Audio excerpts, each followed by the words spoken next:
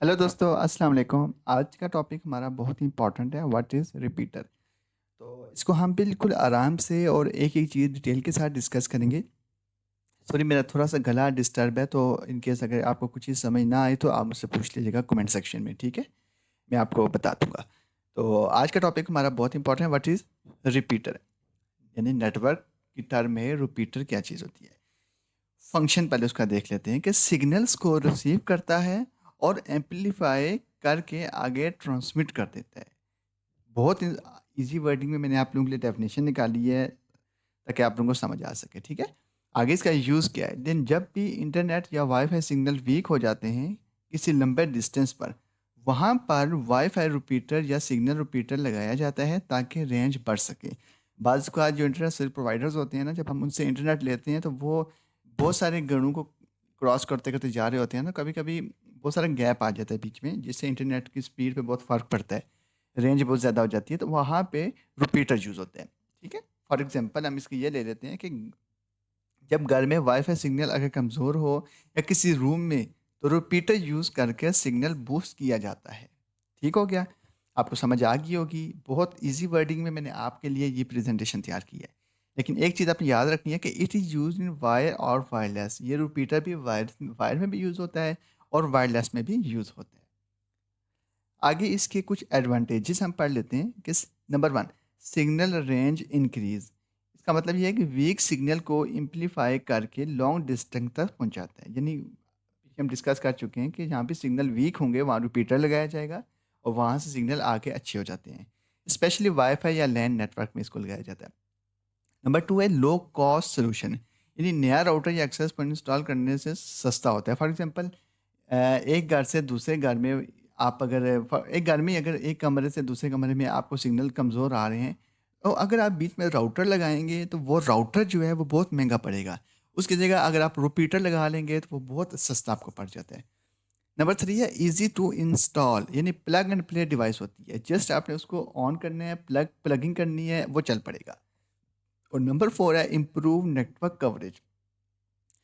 जहाँ भी जो डेड ज़ोन होते हैं, यानी यहाँ सिग्नल नहीं आते हैं, वहाँ ये इंटरनेट को एक्सेसिबल बना देता है। यानी जिस जगह पे सिग्नल्स नहीं आ रहे, वहाँ रिपीटर लगाया जाता है, तो वहाँ पे सिग्नल्स आ जाते हैं।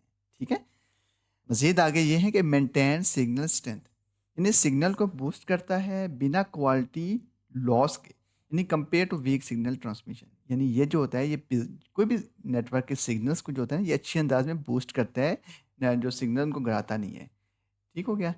और आगे जी, वर्क विद वायरलेस और वायर्ड नेटवर्क, इन दोनों टाइप के नेटवर्क में यूज़ हो सकता है। वाई-फाई रिपीटर और ईथरनेट रिपीटर, जैसे कि मैंने पीछे आपको बताया था कि आप इसको वाई-फाई भी वायरलेस में भी यूज़ कर सकते हैं, वायर्ड में भी यूज़ कर सकते हैं। ठीक हो गया? आगे है स्पोर्ट्स मल्टीपल डिवाइसेस। एक रिपीटर मल्टीपल डिवाइसेस को कनेक्ट करने में हेल्प करता है without major speed loss in small network. मैं आपको एक रिपीटर की एग्जांपल भी दिखा दूँगा, ठीक है?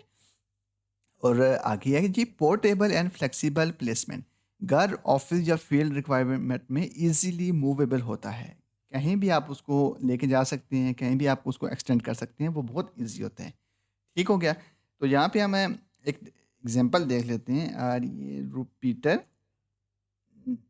अ, हम यहाँ लिखते हैं रिपीटर नेटवर्क, कंप्यूटर नेटवर्क, ठीक है?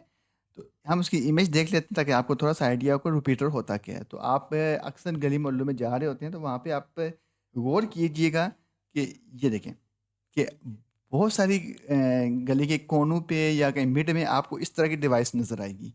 बेसिकली ये रिपीटर का काम करती है। जहाँ भी आपको ऐसी डिवाइस, आप घर से निकलें और किसी गली के कोने पे चले जाएँ, वहाँ आप देखिएगा इस तरह की डिवाइस लगी होगी। बेसिकली ये रिपीटर होता है, यहाँ तक स्ट्रेंथ सिग्नल्स आ रहे होते हैं, यहाँ से आगे एक्सटेंड करने के लिए आपको दूसरे सिग्नल्स मज़ीद ये एक्सटेंड कर देते हैं, ठीक है? ये रिपीटर है। फ़ायदे तो हमने पढ़ लिए, अब इसके कुछ नुकसानात भी हैं। डेफ़िनेटली कोई भी चीज़ है उसको फ़ायदे भी होते हैं और नुकसानात भी होते हैं। सबसे पहला ये है कि नो ट्रैफ़िक फ़िल्ट्रेशन, यानी रिपीटर हर सिग्नल को ब्लाइंडली फॉरवर्ड करता है, कोई डेटा फ़िल्ट्रेशन या फ़ायरवॉल फ़ीचर नहीं होता।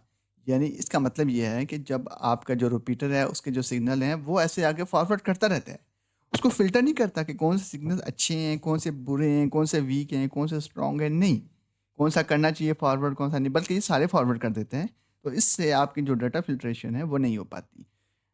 आगे है जी bandwidth always in wireless repeater, यानी वायरलेस रिपीटर में इनकमिंग एंड और आउटगोइंग डाटा जो होता है वो सेम चैनल पर होता है, जिसकी वजह से इफेक्टिव स्पीड 50% तक रिड्यूस हो सकती है। ठीक है? नंबर आगे है limited to same network type. एक रिपीटर सिर्फ सेम टाइप के सिग्नल को एम्पलीफाई करता है। For example ethernet to ethernet, wifi to wifi. ये बहुत इंपॉर्टेंट पॉइंट है कि अगर आप कोई किसी जगह रिपीटर लगा रहे हैं तो आपने अगर उसको ईथरनेट से कनेक्ट किया तो वो ईथरनेट से ही आगे चलेगा। लेकिन अगर आपने उसको वाईफाई के थ्रू रिपीटर को यानी कॉन्फ़िगर किया तो वो वाईफाई के थ्रू ही चलेगा। ठीक है? ये इंटरव्यू में भी पूछा जा सकता है। आगे है लेटेंसी इंक्रीज। लेटेंसी क्या होती है जी? सिग्नल को रिपीट करने में स्लाइड डिले लेटेंसी ऐड होता है, स्पेशली अगर मल्टीपल रिपीटर यानी लगे हों। ठीक है?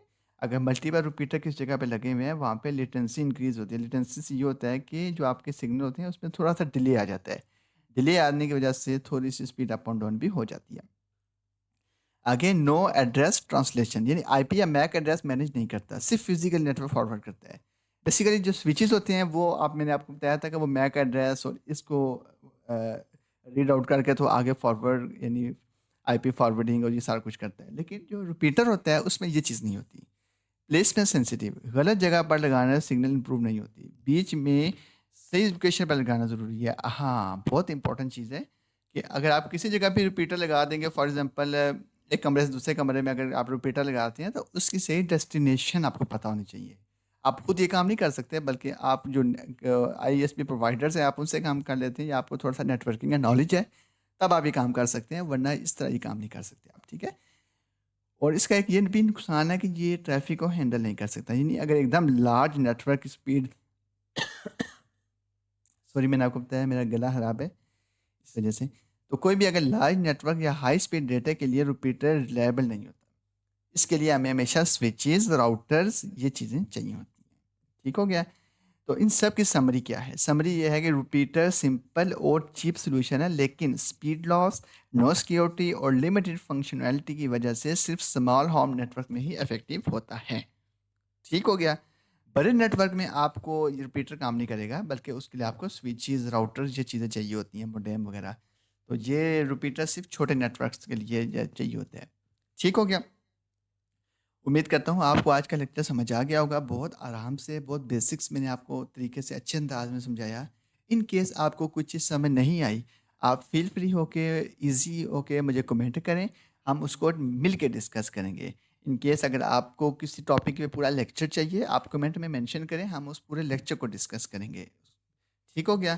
तो ये चैनल आपका है, आप अपने दोस्तों के साथ शेयर करें और जितना हो सके अपने फ्रेंड्स सर्कल में इस चैनल को फैलाएँ ताकि ज़्यादा से ज़्यादा लोग इस फ्री ऑफ कॉस्ट प्लेलिस्ट को लेके चल सकें।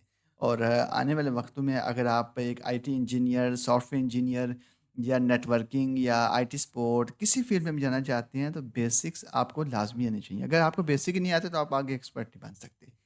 ठीक हो गया? चलें, उम्मीद करता हूँ आपको आज का लेक्चर समझ आ गया होगा। मिलते हैं नेक्स्ट सेशन में। अल्लाह हाफ़िज़।